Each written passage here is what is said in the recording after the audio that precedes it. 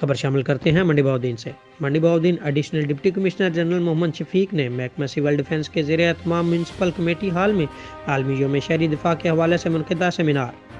Additional deputy commissioner نے seminar سے خطاب کرتے ہوئے کہا کہ عالمی یوم شہری دفاع منانے کا مقصد جنگ، ناگہانی آفات، سیلاب، زلزلہ اور خودکش حملوں کے بعد ایمرجنسی حالات سے احسن طریقے سے نپٹنا ہے۔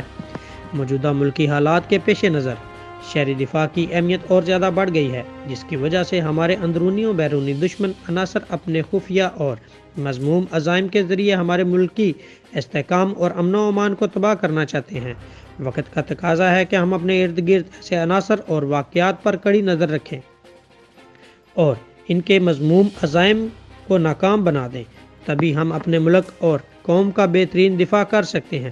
انہوں نے کہا کہ شہری سول ڈیفنس کی تربیت حاصل کریں تاکہ سیکیورٹی اور دیگر اداروں کے ساتھ مل کر کسی بھی قسم کے ایمرجنسی کی صورت میں ہر وقت نپٹنا جا سکے۔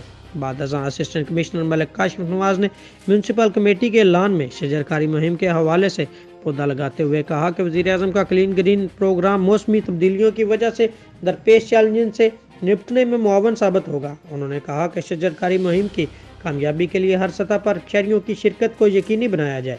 اب تک کے لیے اتنا ہی۔ مزید خبروں اور اپڈیٹس کے لیے دیکھتے رہیں PNC 24۔